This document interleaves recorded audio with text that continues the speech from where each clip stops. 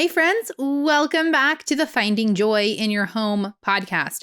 Today is a really fantastic topic. If you are listening to this before Christmas, it's a wonderful time while you're wrapping presents, while you're driving around, beating all the crazy holiday traffic out there. You can listen through this and really start just kind of thinking it over as we are getting ready for the new year. If you're listening to it after Christmas, if you're listening to it in January, that's fine. This is all stuff that you can put into practice.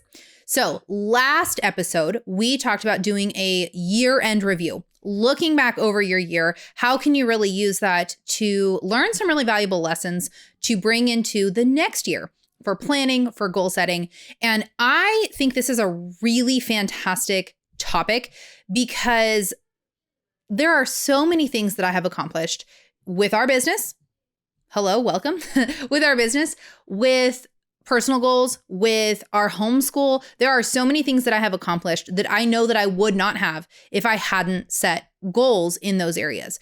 Now, setting goals is not magic. There's times where we set goals and we don't hit those goals. That's fine. But setting them means 8 times out of 10, I'm going to hit that goal versus if I didn't set it, then basically 0 out of 0 times would I have hit that goal. So I am very intentional with the goals that I create, with the things that I go for. I am a very passionate person, if you guys can't tell. So I have lots of goals. I have like crafting goals. Like these are not as formal, but I've got quilting goals for next year. And I want to learn punch needle embroidery. Those are just 2 things that I really want to do this next year. And so those are kind of part of my personal goals. You really don't have to be that granular. You don't have to be as passionate in different areas as I am. And there's other people who set way more goals because it works well for them. So with this whole discussion, I really want you to kind of listen and soak it in, but then apply it to however it makes sense in your own life. Maybe for you, you're going to set 3 goals, just 3 goals, 3 overarching things that you're going to work on next year. Maybe like me, you have 4 different categories and each of those has 3 to 5 goals. Maybe you have more. I really don't think that there is any right way to do this. Now, if you are new to setting goals, if you're new to brainstorming and planning for the next year, I would advise you to not go mega complicated and set 1,000,000 goals because it can feel like, oh, if I set more goals, I'll get more accomplished. But if you're not used to it, if you haven't exercised that goal setting muscle in your brain, it actually can be more overwhelming and you're going to get less done. So if you're brand new to this, I recommend setting 3 to 5 goals for your year. If you have done that and you're kind of ready to goal set a little bit deeper, I would recommend then setting some overarching categories that then you can break down further. So we will talk about that. We're not talking about specific goals for today. We're talking about step 2 in this process, which is choosing a theme for your year and why that is different than setting resolutions. All right. So that's what we're going to dive into. Lots of great things to get to. I do have 2 announcements for you real quick before we dive in. Announcement number 1, we have officially started a massive overhaul of our websites. And I think I mentioned this in last week's podcast. We're going to be moving things up a ton. There's all new design that's going on. The design process is now in my hands. It has gotten to the point where I need to do my things. And so I am hoping in this next month to be able to round that out. Then we'll be able to push everything live. Thankfully, I'm able to do all of the design and everything on the back end where it's not affecting anything yet. So I can take my time and get it right. But once we relaunch it all out, we're going to do some really fun stuff. It's going to be a huge, big relaunch, hopefully mid-January. We're going to have some big giveaways. We're going to have some other fun stuff revolving around that. So I just want to let you guys know, hold on, because you are going to start to see some things changing around, broken links, some things while we're in maintenance mode. And then it's going to be really fun and we're going to be set up really well, hopefully for next year. Announcement number 2, I teased this in the last episode. We are going to be doing a 1-day workshop for setting goals, establishing routines, making lasting changes. How do we do this in a holistic way so that we're looking at our entire lives and doing it in the scope of what works well for you, for your family, your personality, taking all that into consideration. So details are going to be coming out in the next few days for this 1-day workshop. It will be in the beginning of January.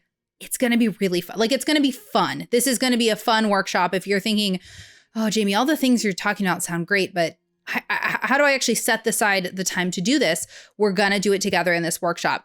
So Details are coming in the next few days. So sign up to be notified by going to findingjoyinyourhome.com/newsletter. Okay. That'll get you on my email newsletter, and we will have all of the details coming soon. In the next week. Let's just say that. Okay. Findingjoyinyourhome.com/newsletter. Super duper fun. Okay. So we're going to just jump right in. All right. So let's talk first about resolutions. So I find resolutions to be mostly useless. I don't know that if I've ever set a resolution, maybe when I was like a teenager. But you set these big grand resolutions.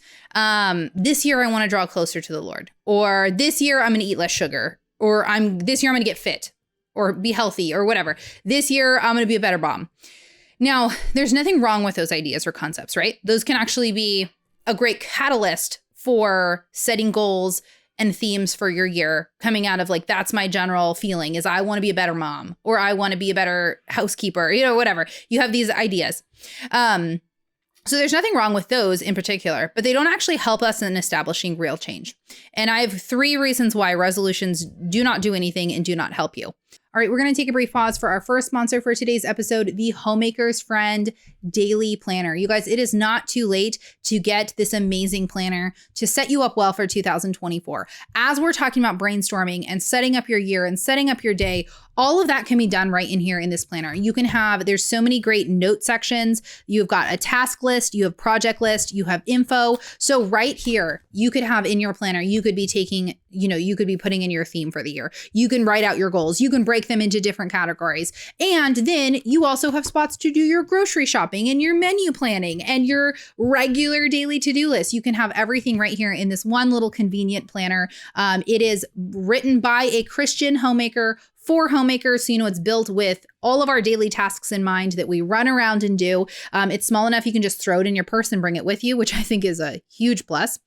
And it is incredibly affordable. No longer do you need to buy a $60, $70, $80, $90 planner. They get so expensive. You can get this guy for $17.49. Plus, if you use my coupon code PLANNER at checkout, you get $3 off. So for under $15, you guys, you can get an amazing, amazing planner, and you can get it in time for the new year. Go to homemakersfriend.com. Use my coupon code PLANNER. That's homemakersfriend.com. Use my code PLANNER at checkout to get this amazing planner. All right, let's get back to the episode. All right, the first one is that setting a resolution like that, the problem is a year is actually a very long time. Now, it doesn't feel like it. We're sitting here in December and you go, where did 2023 go?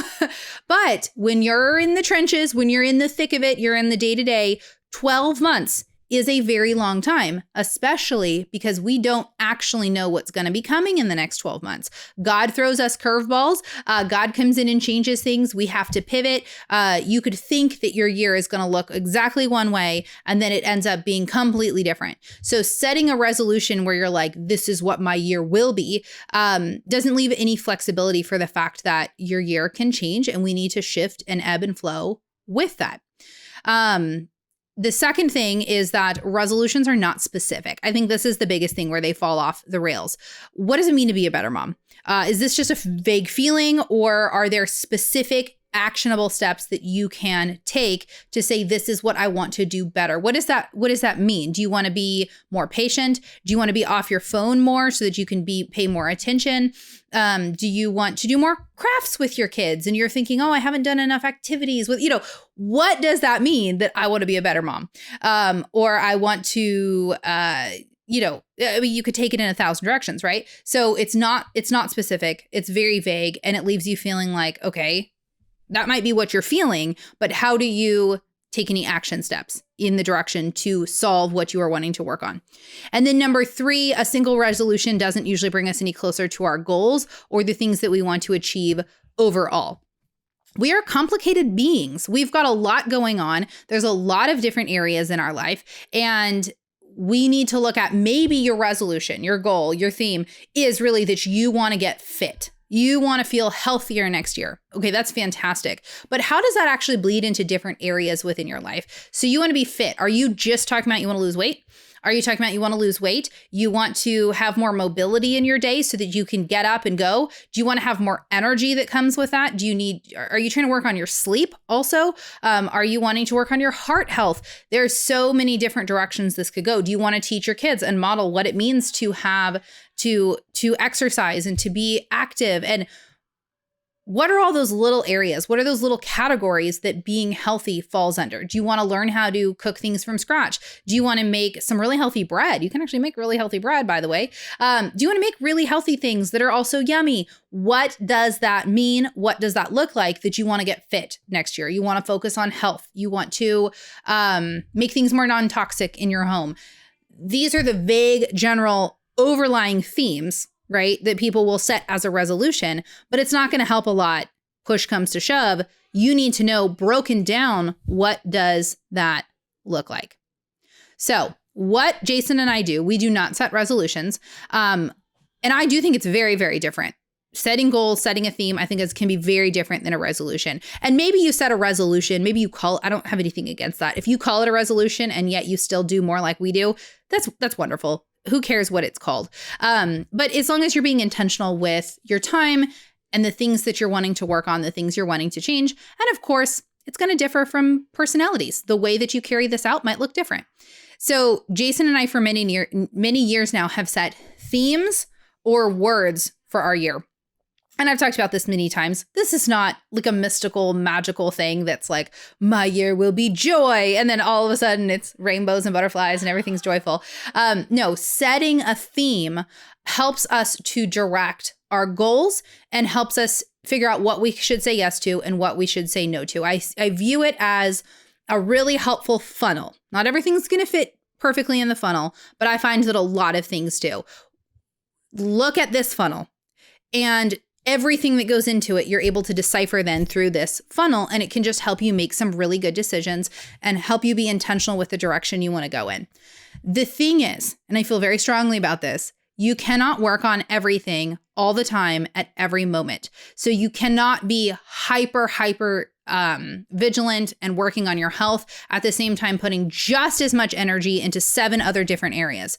So what we find is that each year kind of calls for different things. Some years are get up and go years where we're like, we're going to smash it. We're going to do these things. Other years we realize, maybe coming out of a season of that, we realize we got to pull in the reins. This is going to be a year of more rest and more margin. You know, you can kind of bounce around, and it really depends on where your family is at, what you are walking through, what you are feeling. If 2023 was just kind of a blah year and you're like, I didn't accomplish anything, I feel like, where did my time go? Maybe next year is a get up and go year for you. You've got some goals, you've got some things you're going to do, you're going to take action, and you're going to hit the ground running. I know for a lot of people, 2023 was a really, really, really tough year, and you're just feeling beaten up and you're feeling tired and exhausted. Maybe this next year you need to look at through the funnel of margin and rest, and what does that look like applied to different areas in your life. So when Jason and I are choosing a theme or a word, we are thinking about it, we're praying about it, we're talking to each other about how we want our year to go. We talk about how our year went this last year. Listen to the last episode on that. And we really discuss at length that Jason and I are both very auditory processors. So we like to chat a lot about it, and we bounce off of each other, and it can be helpful to get each other's perspective as well and say, hey, what did you do well on? What didn't you do? Something that Jason's doing might spark something in me and go, oh, well, I'm not going to do my Bible reading the way you are, but it makes me think of this over here. So I think it can be really helpful to talk about it. Find a friend, your spouse, somebody that you can kind of talk about these things with can be helpful. Of course, you don't have to do that. Another great way is to kind of journal through it. If you need to kind of process through, because sitting down a lot of times I'll be like, okay, what happened this year? What do I want for next year? I don't know. Like, it can feel really easy to just be like, I don't know. But if you go through these steps of really working on brainstorming, breaking down last year, it really can help start to solidify. 3 weeks ago, I was feeling like motivated and excited because there's some things I want to do next year, but I also don't know how they fit together. I'm not sure, like my mind could go in 1,000 different directions. I'm the type that will overplan and overgoal. rather than being the opposite problem of not doing it and not planning it. So I have to make sure that I'm careful with that I'm not over planning and over scheduling and thinking, I'm going to do 43 things in January. No, you won't. Pick 2. So that's where I fall on that. So I have to be careful. But really going through this process of brainstorming can help a lot. So here's what Jason and I will often discuss as we are getting ready to set goals and themes for next year. So we've already done our postmortem of 2023. Sit down, take a look, dissect it all like we talked about in the last episode. Now you're going to take all that brainstorming and all that digging up and all of that, and we are going to process it and figure it out to then coming out the other side of realizing what we want to work on in the next year, what we want to leave behind. So here's a few questions we'll talk about. What didn't go well this year that we need to change? So in step 1, last episode, we talked about just kind of brainstorm what didn't work well, what wasn't so great about this last year, what were some hard things. Well, now we're going to take those and say, okay, how could we change that? So a little example for us is I have 5 children who are homeschooling right now, second grade through 5th grade. And so we've got a 2nd grader, 2 3rd graders, 2 5th graders. And then we have the 3-year-old and the 1-year-old boys. They're very destructive. They're very loud. They're very into everything. And that is definitely something to juggle when we are working on school, especially the 5th graders who are heading into middle school next year. Their workload is starting to get more serious. It's starting to get bigger. We're wanting to really make sure we're handling their education well. And it can feel like a lot to juggle most days. So something really great to brainstorm is maybe I could look back at my year and be like, man, when I think of homeschool this year, I think of chaos, or I think of not having enough time to get things done, or the house getting so messy that it feels like the rest of our day is spent cleaning. Really brainstorm, like when you think of homeschool, when you think of this certain thing, what does it feel like? Oh, it just feels like chaos. Okay, so we're going to take that then, and you're going to break it down and say, why does it feel like chaos? It feels like chaos maybe because the 3-year-old and 1-year-old didn't have enough things to do during those 4 hours of school. So can I brainstorm? Can I buy some magnet tiles? Can I set up a bucket of toys that's just for homeschool time that I'm just going to pull out for then? Can I maybe... This has been me a lot of times I've done so much better the last few months. I'm really proud of myself in this area. Getting up earlier. Maybe you need to get up earlier and your day needs to start before homeschool. So maybe that's going to actually just take care of so many issues. It's never going to be perfect, but maybe that's going to help with a lot of areas. So what you want to do is take whatever those kind of things that felt frustrating and hard this last year, what can we do to brainstorm some different solutions? What can we do about that? If it feels hard and overwhelming, what are some really practical solutions that we can do to work on changing that thing? All right, we're going to pause for our second sponsor for today's episode, Prep Dish. All right, if you have not tried out Prep Dish, this is me telling you that you need to go do their 2-week trial. So you get a 2-week free trial, completely free. And this 2-week free trial allows you to get 2 full weeks of meal plans, which, by the way, you can keep and reuse.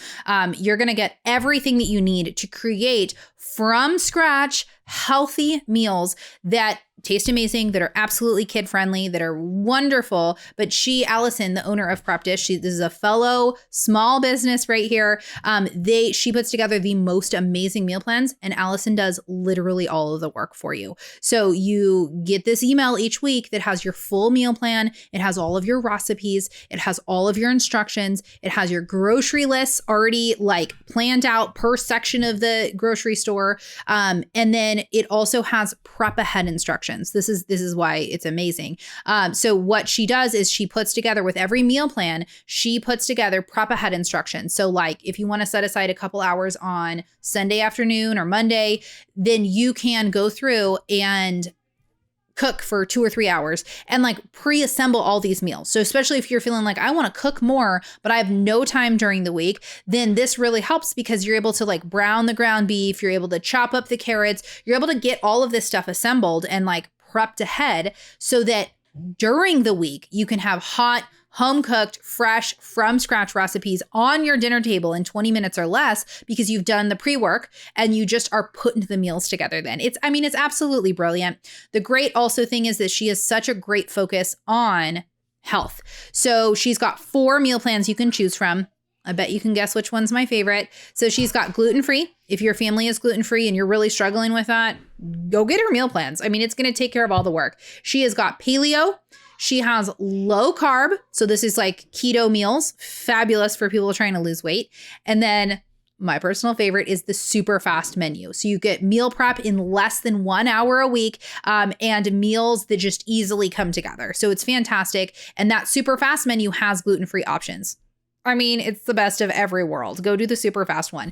So what you can get is, Allison has been so generous. My listeners can get a 2-week free trial. So go to prepdish.com/homemaking. prepdish.com/homemaking. You can get 2 full weeks completely free, 2 full meal plans. And also, being able to support Allison in her small business is such a joy to me. And so I love being able to do that, along with all of our sponsors for today's episode. But if just a reminder, when you support our sponsors, you are supporting us, able to do all of these episodes for free for many, many years on end now. So go check it out, prepdish.com/homemaking. Next thing is what worked well this year that we want to bring into the new year. I shared in the last episode that the first half of this year, our homeschool and life routines were horrendous, terrible. It was a really tough first half of year. And so we got serious in August. I'm completely knocking over my microphone. Hopefully that wasn't too loud and terrible. We got really serious in August that we really wanted to get way better homeschool routines, really solidify it. And August through just 3 days ago, our school routines have been working really well. They're not perfect. There's things we can improve, but we're going to take that structure and we're going to carry that into 2024 and apply a couple of little tweaks. Because also the thing is, when we set these new homeschool routines back in August, there was a long list of things that we wanted to do, but we knew that if we tried to jump in and do all of them at once, none of it would work. So we decided to take like half of it at once. And then once we have that down, we can selectively add some more things in. So I really wanted to start doing Shakespeare study this year. This has been on my list all year. We did it like one day and then it never happened again.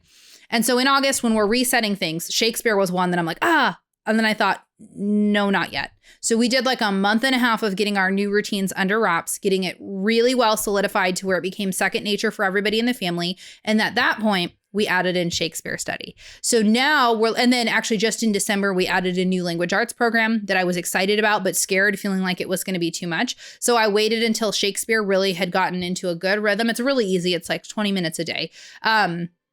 And actually not every day, it's only a couple days a week. So once we got into that rhythm, then in just beginning of December, we added in this new language arts program, and it worked really well because I was only working on one new thing at a time.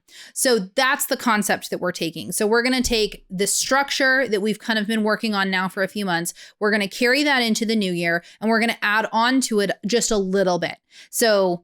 And you don't have to either. You could just be like, that's working great. Good. That's our schedule for the year. But that's kind of gives an example. You may not homeschool, but that gives an example of looking back over your year, the things that don't work and the things that do work. How do you carry them in? Another great thing to ask yourself is, what are you currently feeling frustrated with? What right now are you feeling frustrated with? And will that continue to be a frustration into the new year? Is that just because December's crazy and you feel nuts? It could be. What are you kind of feeling frustrated with? And then again, how do you brainstorm? How could you change that in the future? What has been life-giving to you recently? What are you feeling like, I am loving this right now? This is really working well. Because again, you want to take that into the new year. And then what big goals do you have? Do you have any goals where you're like, I've said this every single year, I want to write a book, or I want to plant a garden. I want to learn. I was just talking to my sister-in-law this morning. She really wants to learn how to can this year. And I'm like, oh, awesome. We're going to do a canning day, because it can feel scary and overwhelming and intimidating. And then once you do it, you realize it's not that hard, but it is hard before you do it. I mean, it's like every skill out there, right? But especially canning, there's something very overwhelming about canning at first. So what are some things? Do you have any big goals for this year? Do you have some things you're like, I want to learn this? Okay, so for me, silly example, but I'm so excited about it, is learning punch needle embroidery. I am going to learn how to make rugs. It's so cool. And that sounds lame, and yet it's so cool, and I'm very excited about it. So that's one thing that I really want to devote some time to. That's on my list. I want to learn how to do that, right? So what are some big goals? What are some things? Like really brainstorm and think. And if you're like me, you're going to think of 20 big new things. Well, sure, I want to write a book. Well, sure, I want to do this. No, narrow down, figure out those couple of things. What are those goals that you have? I mean, it could be even a goal of like, I want to declutter my whole house. In the next 12 months, I'm going to go through room by room and I want to declutter my house so that we have more peace and more margin, and it'll solve a lot of issues. You know, it can be, your goals can be all over the place. All right. So after talking more vaguely about our goals or our ideas, those are just kind of like, we'll spitball and kind of talk about like, oh yeah, our homeschool routines are good. But we, you know, Jason and I both in January want to continue to get better at getting up early. I think we've progressively gotten better this fall, but we're not where we want to be. It's not as consistent. We've had really stressful work the last couple of months, which means we've been up late working, and we're really wanting to like kind of reset and flip that. So we're getting up early and getting that work done, not working late into the night. And so that's definitely something that we will be carrying into January. So great. We want to get up early. That's kind of a vague idea. It's not concrete. Well, moving it into a concrete goal would be to say, we want to get up early. Okay, what time? Put a time to it. Okay, I want to get up at this time. So what do I need to do in order to get up at that time? Well, we need to go to sleep at this time. And it would be really helpful if we set the coffee maker and had it all done before. And if, you know, in order to get to bed at the right time, we want to have no screens after 9 p.m. You know, you can kind of start to back up then and set some really concrete goals. Getting up earlier is a fantastic goal, but it's really hard if you're not used to it. So what are some things you can do to enable that to happen? All right, we're going to pause for our last sponsor for today's episode, Organize 365. Some of you guys listening today to this episode are already thinking of so many organization, decluttering, routines and habits, like all these things that you're thinking of that you want to work on for next year. So I'm very excited to share with you Organize 365. You guys may recognize Lisa Woodruff. She has been on my podcast several different times. She's also been part of our annual homemaking conference a couple of times as well. And Lisa's amazing. She is just has very down to earth, like practical organization tips coming from someone who's not naturally super gifted at this. And so it just speaks to my heart because I learned so much from her. So Organize 365, it's Organize 365, the numbers.com. And she has got an incredible, amazing podcast. Jason and I have been on her podcast before. You can go listen to that episode. But you can also shop Organize 365, where she has put together the most amazing Sunday baskets to help you get your entire life organized. In fact, I just went to a friend's house the other day and she had her Sunday baskets all laid out. And I was like, you follow Lisa and you've got these Sunday baskets? And she was like, Jamie, these have changed my life when it comes to organizing, all the paper clutter, all of those things. I mean, Lisa just has an incredible system that she distills it all down in there for you. So head over to organize365.com. You can find her podcast, check out the shop, check out her courses that she has, everything. It is absolutely amazing. Lisa is just the queen of everything. So go check it out, organize365.com. All right. So after kind of talking through these goals and things more vaguely, for us, it does tend to seem like there's some general themes or words that this could fall under. And sometimes we get kind of creative with coming up with our word. So this can help in a few ways, kind of solidifying this into a word or theme for your year. Number one, a word or theme for your year allows you to easily keep it in mind all year. So it's really easy then, especially when you have a lot of goals in the works, like it can be really helpful to be like, this is my year of community. This is my year of community. So number two, what that does is it allows you to easily filter new opportunities throughout the year to see if it aligns with your theme or your word for the year. So for example, one year my theme was rest.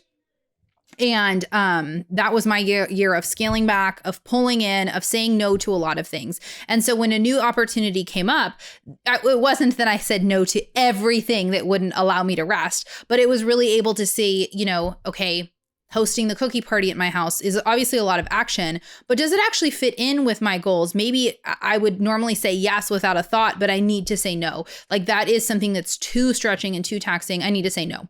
Or maybe it still can fit in with your year of rest because you've created so much more margin that you're like, yeah, that is actually something I can say yes to, and it fits within my goal for the year. So it can help you then filter these other goals and these other things in with your year of rest. So if you've determined I'm going to have a year of rest and 6 travel opportunities come up and you're like, oh, should I say yes? Maybe you look at your overarching goals for the year, what you want for your family, for you, and you realize I need to say no. It's painful, but I need to say no. So that's where it can help you kind of filter those as well. After that year of rest, which we really, really needed after having had to have been right after we had my daughter, after 5 babies. After that year where we really built in more margin within our day, within our time, within our year, that my next year's theme was community. So after scaling back, pulling in, creating that margin, I was ready to add things back in very strategically then to expand my community, to dive back into hospitality while keeping those margin lessons at hand. So what you choose for your year might be what you need right now. So I remember one year my word was creativity or create. I think it was create. And that was the one immediately following the year that my daughter was born. And part of it was because I was feeling really lost in my motherhood, having just had 5 children and just really being exhausted. I felt like what I actually really needed was some creative outlets. I needed some things that kind of filled me up. I'm definitely someone who likes to work with my hands. And that was not a year of me producing millions of things. Like it was still a really exhausting year, but having that theme of create helped push me a little bit to be like, I'm going to get the scrapbooks out because I know that I want to, and I just don't end up doing it. And even if I'm not doing it a ton, at least getting it out a little bit is very life-giving to me at the moment. So really kind of figuring out where you're at in your life right now and what this next year really needs for you and for your household and for your family. And I'm always taking into consideration for my goal, my theme, how it's benefiting the family. What is it that I need, but also what do the kids need? What does my husband need? What does the family need? Because that's going to help direct my goal and all of that. All right. So then number 3, with having a word or a theme, number 3 is I have a much easier time setting goals in our areas when I've got a theme to guide me. So I have 5 areas that I set goals in. Some of these overlap a little bit. Personal goals, business goals, household goals. So those end up for me being like canning, planting a garden, decluttering the house. These are kind of, not personal goals for me, but they kind of are. But household goals, family goals. So those are things that Jason and I set together, like family worship time or taking the kids out on one-on-one dates. And then finally, homeschool goals. So those are my 5 areas: personal goals, business, household, family, and homeschool. And then, and you may only have 3 if you don't homeschool and you don't run a business, or you may only say, hey, my personal goals actually are the same as my household goals, or you just have a list of 10 goals and they're not broken into categories. That is fine too. You can really, play with this. So picking a theme. So picking a word like rest or community, or you can pick a theme, which can be like a sentence or like the year of community, the year of rest, the year of trying new things. I like that one. The year of good routines, the year of building skills. You're like, I want to learn new skills. I want to learn how to make mayonnaise, and I want to learn how to make sourdough and can, and I want to learn how to quilt, like maybe building skills with your children. See, that's a fun one. I want to do that one right now. That will be 2025. The year of building skills. That can be fantastic. So what we're going to do is Jason and I in the next episode, Jason's going to join me, and we're going to be doing this real time with you guys, discussing our theme for 2024. So for the first time ever, I think Jason and I are going to have a joint theme. We've always had our own theme, even though some of our goals and stuff do overlap because we run our business together full time. So we are home a lot together, and a lot of our goals do end up overlapping. But we think we have a joint theme because a lot of our goals and things are very similar for this next year. So I think we have our theme, and I have most of my goals kind of written out. But I just told Jason today, I said the next episode, we're doing our goals one. So he has until we record to get his all written out, and I'm going to be doing the same thing, which will be fun because you'll get to see this actually solidified, what this looks like in our home. I think it's really interesting to hear other people's goals because it can help spark goals in your own life. And, kind of seeing the process is really fun. So our homeschool and family goals are always the same. We build those together. Our business goals, usually we'll have 2 or 3 that are the same. Like we need to, get a better routine for this. And then we usually each have 2 or 3 business goals that are our own. So like I have business projects that next year are like my main, like I'm the main runner on that project, like writing my cookbook. Like that's my goal, even though Jason ends up doing so much of it with the editing and the processing and the producing and all that, but it's my project. Jason will have 2 or 3 of his own that are his projects, like write his next book, do those sorts of things, right? And then personal goals are our own, and I'm usually setting my household goals because those are kind of my things that I want to work on for the household. So we're going to be breaking those down for you in the next episode. You can see the ones Jason's setting, what I'm setting. It's going to be fun. And then don't forget to sign up for our email newsletter. Go to findingjoyinyourhome.com/newsletter. And that is where in the next couple of days, up to a week. I'm hoping to get this out before Christmas, but it may be the day after. I'm going to be sharing about our 1-day workshop where we're going to be doing all this stuff together and really having a big focus on habits and routines. So once you set a goal, we're just getting to this goal setting. Once you set a goal, how do you actually build it into your routine? How do you actually make it happen? How do you track your goals? How do you work on your goals? How do you actually have them come to fruition? So we are going to be tackling all of that in this 1-day workshop. It's going to be really fun. It'll be the 1st or 2nd week in January. It will be fully pre-recorded. It'll be fully recorded so that if you can't attend that live day, you'll just have access to it forever. You're going to have worksheets. It's going to be really great. So go to findingjoyinyourhome.com/newsletter to sign up for my email newsletter, and you'll be notified as soon as I have that pulled together. You guys can find out all the details. Get signed up now as soon as it comes out so that you don't forget that it's coming out. It's going to be really, really fun. Okay, so I'm going to leave you here. Don't forget to check out our sponsors for today's episode. You can find them down below. You can find them in the show notes, also at findingjoyinyourhome.com. All right, ladies, thank you so much for joining me, and we'll see you guys back next week for this next episode will come out later this week. So you will get this next episode before Christmas, where Jason and I are discussing our goals and breaking it all down. You can hear our theme for the year, which I'm really excited about, and all of that. So I will see you guys back here in just a couple of days.